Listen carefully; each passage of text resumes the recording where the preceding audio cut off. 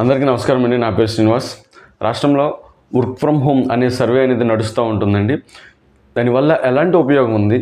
అసలు ఆ work from home survey చేయడం వల్ల ప్రజలకు కానీ, నిరుద్యోగులకు కానీ, ఉద్యోగులకు కానీ ఎలాంటి ఉపయోగం ఉందో ఈ యొక్క వీడియోలో మనం డిస్కస్ చేసుకుందాం. సో ఇంకా ఎవరైతే ఒక వీడియో చూస్తూ ఛానల్ సబ్స్క్రైబ్ చేసుకోలేదో ప్రతి ఒక్కరు కూడా సబ్స్క్రైబ్ చేసుకోవాల్సిందిగా కోరుకుంటున్నాను. అలాగే ఒక వీడియోని లైక్, షేర్ చేయడం వల్ల ఏంటంటే 10 మందికి ఇన్ఫర్మేషన్ పాస్ అవుతుంది. సో సింపుల్గా చెప్తాను, అసలు ఒక సర్వే దేనికి, అసలు మనం ఏ విధంగా రెస్పాండ్ అవ్వాలనే దాని గురించి మనం సింపుల్గా చెప్పేస్తాం. ప్రభుత్వం అనేది స్వర్ణాంధ్ర విజన్ ప్రకారం గ్రామాల్లో కానీ, పట్టణాల్లో కానీ ఎవరైతే నిరుద్యోగులు ఉన్నారో, అలాగే చదువు కంప్లీట్ చేసుకొని నిరుద్యోగులుగా ఉన్నారో, అలాగే ఎవరైతే వర్క్ ఫ్రమ్ హోమ్ అనే జాబులు చేస్తున్నారో వాళ్ళందరినీ కూడా ఒక తాటి మీద తీసుకురావడానికి ఈ యొక్క సర్వే అండి.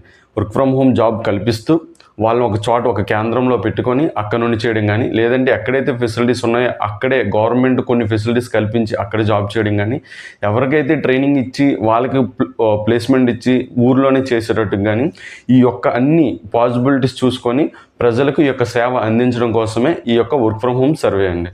సో డీటెయిల్గా అర్థమైంది కదండి.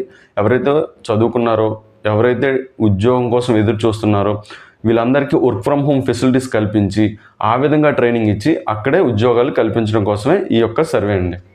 సో మెయిన్గా ఈ యొక్క సర్వే ఎలా మొదలవుతుందంటే, మీ యొక్క గ్రామ వార్డు సచివాలయంలో ఉన్నటువంటి ఉద్యోగుల లాగిన్ వాళ్ళకి ప్రత్యేకమైన యాప్ ఇస్తారు. ఆ యాప్తో మీ యొక్క డీటెయిల్స్ ఉంటాయి. ఆ డీటెయిల్స్ ద్వారా మీరు చెప్పే ఆన్సర్స్ ప్రకారం ఆ యొక్క సర్వే కంప్లీట్ అవుతుందండి. ఫైనల్గా మీరు చెప్పిన ఆన్సర్ కన్ఫర్మేషన్ కోసం లాస్ట్లో అథెంటికేషన్ తీసుకుంటారు. వేలిముద్ర కానీ, ఈకేవైసీ కానీ, ఫేస్ అథెంటికేషన్ కానీ ఈ విధంగా తీసుకొని సర్వే కంప్లీట్ అవుతుంది.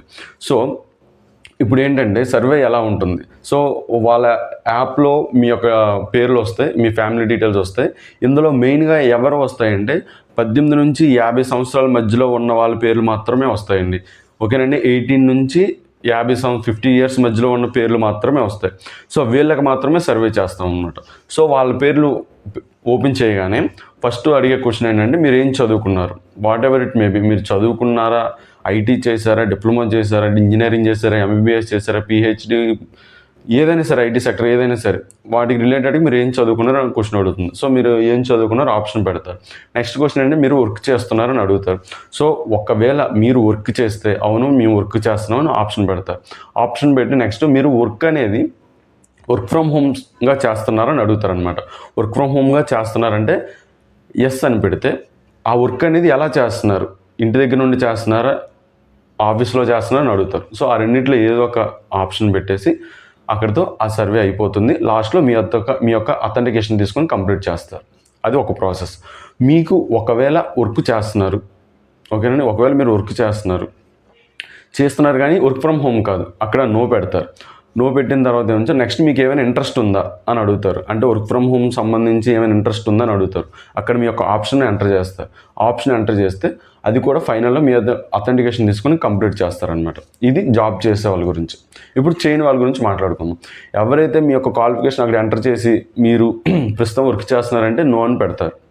నెక్స్ట్ క్వశ్చన్ ఏమడుగుతారంటే, మీకు ఏమైనా ఇంట్రెస్ట్ ఉందా, ఐటీ రిలేటెడ్కి సంబంధించి వర్క్ ఫ్రమ్ హోమ్ జాబ్ చేసే వాటి మీద మీకు ఇంట్రెస్ట్ ఉందా అని అడుగుతారు. ఉంటే ఎస్ అని పెడతారు. ఓకేనండి. ఎవరైతే నిరుద్యోగులు ఉన్నారో ఎస్ అని పెడతారు. మీకు ఏమైనా ట్రైనింగ్ కావాలా దీని మీద అని అడుగుతారు.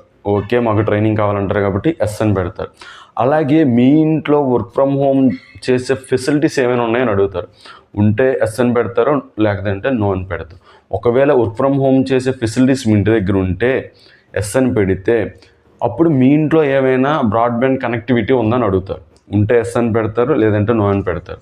ఒకవేళ మీకు బ్రాడ్బ్యాండ్ కనెక్టివిటీ ఉంటే మీ ఇంట్లో వర్క్ ఫ్రమ్ హోమ్ చేసే స్పేస్ ఉందని అడుగుతారు. అంటే ఒక నలుగురు కూర్చొని చేసుకునేది ఉందా, ఇద్దరు కూర్చొని చేసుకునేది ఉందా అనేది స్పేస్ అడుగుతారు.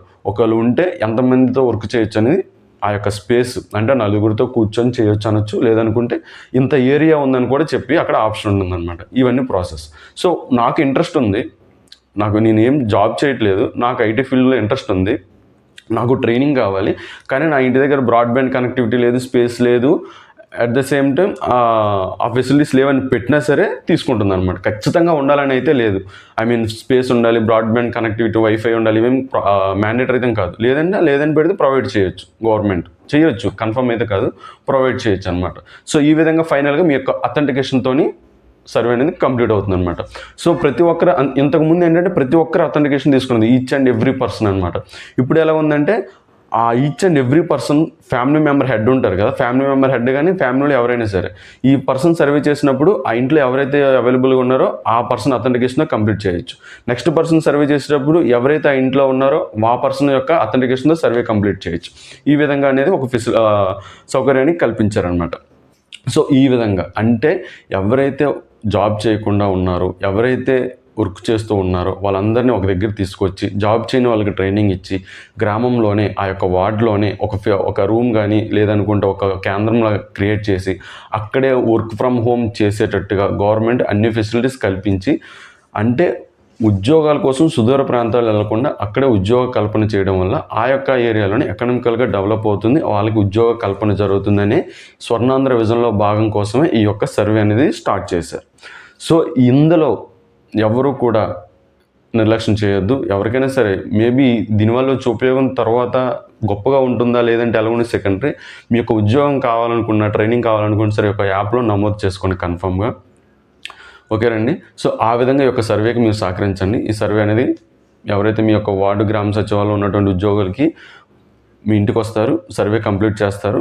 ఆ విధంగా మీరు సహకరించండి. సో ఈ యొక్క ఇన్ఫర్మేషన్ ఎలాంటి అప్డేట్ వచ్చినా సరే ఈ యొక్క ఛానల్లో పోస్ట్ చేస్తాను. అలాగే గవర్నమెంట్ నుండి వచ్చిన ఏ స్కీమ్స్ కానీ సర్వీస్ వచ్చినా సరే ఈ యొక్క ఛానల్లో పోస్ట్ చేస్తాను. సో ప్రతి ఒక్కరికి ఎంతగానో సపోర్ట్ చేస్తున్న ప్రతి ఒక్కరికి కూడా ధన్యవాదాలు.